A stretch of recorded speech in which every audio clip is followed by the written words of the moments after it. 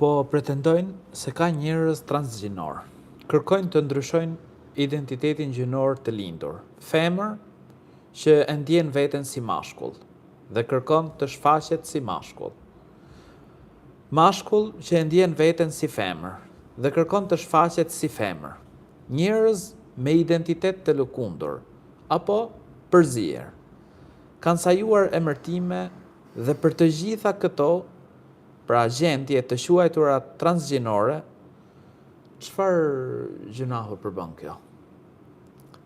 Allahu i lartësuar e ka përmendur në Kur'an që ndryshimi i natyrës së krijimit është punë e shejtanit. Shejtani i nxit njerëzit që ndryshojnë natyrën e krijimit. Wala amurannahum fala yughayyirunna khalqallah.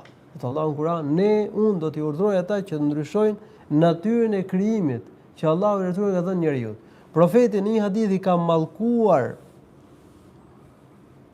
ato gra që ndryshojnë natyrën e krijimit dhe mallkimi domethënë përfshin edhe burrat nëse përpiqen ndryshojnë natyrën e krijimit.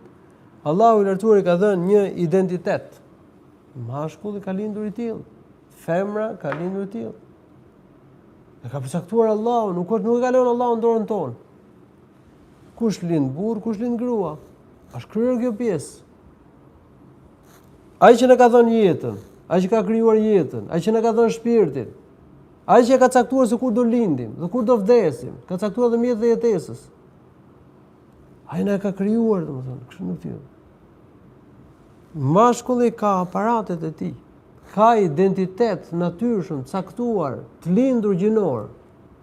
Është budalluk, domethënë mendojnë që ai ka lindur mashkull, do shfaqet si femër. Ka lindur si femër, ajo ka lindur si femër. Diçka që ja ka caktuar Zoti, ja ka dhënë Allahu i lartësuar. Do shfaqet si burr.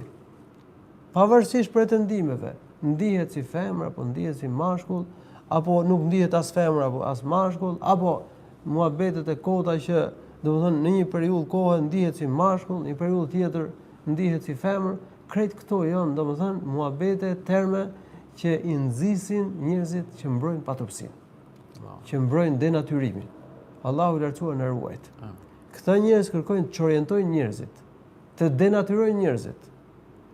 Është fatkeqësi, është mirim për njerëzit që të përhapen ide të tilla.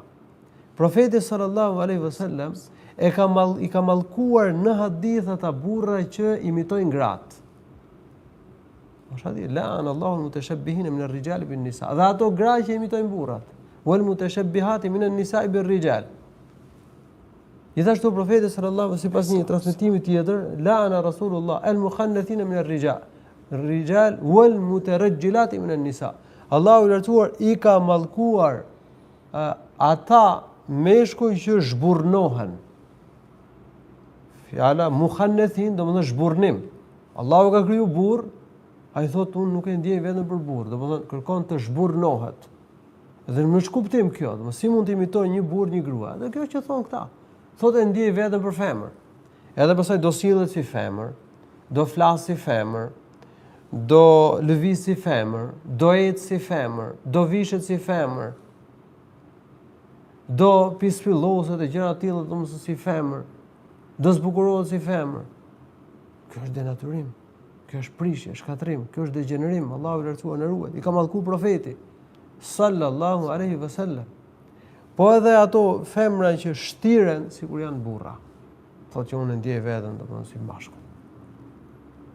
Edhe do përpiqet që të flas si burr, që të shfaqet si burr, të ecë si burr, të komunikojë si burr, të kryej punët që kryejnë burrat, të shfaqet domosdoshmë ka aftësi si burrat, të ecë si burrat. Edhe ka mallkuar profeti apo të vishet si burrat. I ka mallkuar profeti sallallahu alaihi wasallam, sepse femra ka veçoritë e saj, burri ka veçoritë e saj, janë qenë njerëzore. Plotësojnë njëri tjetrin. Por kanë diferencë, kanë ndryshime. Për këtë pjesë po flasim, që nga fillimi i emisionit e në vazhdim. Prandaj i ka mallkuar profeti sallallahu alaihi wasallam. Sipas një hadithi, nuk ka për të hyrë në xhenet 3 kategori njerëzish, ka thënë profeti. Dhe njëra prej tyre është edhe një femër që shtiret si burr. Ka një aspekt ku gruaja ja vlen, domethënë, që të sillet si burrnesh. Në trimni, bujari, Diturit, mësoj dituri si burrat. Trimëri, bujari, këto vlera me fjalë. Këtu gruaja cilët si burrat përpiqet të konkurojnë me burrat, kjo është gjë e mirë. Ndërsa në veshje, gruaja ka veshjen e saj. Në zërin e saj, tonin e saj, ka ndjeshmërinë e saj, ka mënyrën e saj të ecurit.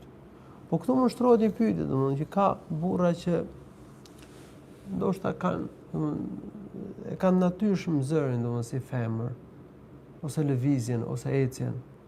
Themi përderisa nuk kërkojnë që të sillet si femër, përderisa nuk e synon diçka të tillë, po e ka në natyrë, atëherë ky nuk përfshihet në kërcënim paralajmërim që e përmenda pak më përpara. Por ama asesi nuk i lejohet atij që thotë se unë jam femër, apo shtiret si femër. Përkundrazi, ai duhet përpiqet që të kultivoj cilësitë e burrnisë. Jo të domethënë të thelloj probleme dhe shfaqet si femër, të ecë si femër, të lëviz si femër, të tundet, përdridhet, përthyhet si femrat. Jo, duhet që domethënë të kultivoj cilësitë e burrnisë, të ecë si burra, shoqërohet me burrat. Mos thotë që unë jam femër. Allahu subhanahu wa taala ruaj. Pra i ka mallkuar profeti sallallahu alaihi wasallam. Ka paralajmëruar, domethënë profeti ka ndaluar rreptësisht diçka të tillë. Këto fenomene nuk më pranohen. Edhe nëse thonë, domethënë që këto janë të drejtat e tyre, këto janë gjërat duhet pranohen si gjërat natyrshme, sipas citateve fetare këto gjëra nuk pranohen.